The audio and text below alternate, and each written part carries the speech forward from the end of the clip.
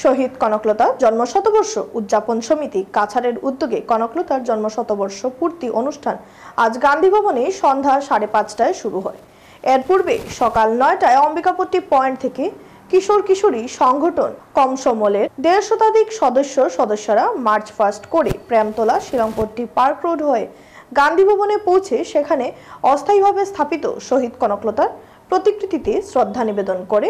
March fast শুরুর পূর্বে সমিতির সম্পাদক দুলালী গাঙ্গুলি বলেন, কনকলতার জন্ম শতবর্ষ উদযাপন উপলক্ষে 2023-এর 22শে ডিসেম্বর থেকে বছরব্যাপী নানা ধরনের অনুষ্ঠান কাছাড় জেলার বিভিন্ন স্কুল কলেজে করা হয়।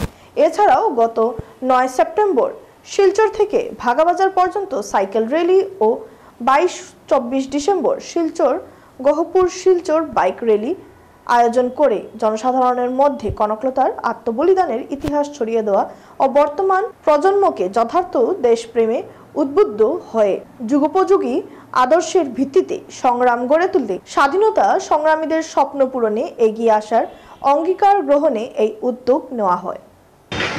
কনকলতা জন্মশতবর্ষ উদযাপন সমিতি কাছাড়ে সমস্ত বছরে অনুষ্ঠানের অঙ্গ হিসেবে আজকের সমাপনী অনুষ্ঠান। এই অনুষ্ঠানে শুরুয়াতে আমাদের এই প্রভাত ফেরি দিয়ে আমরা শুরু করছি।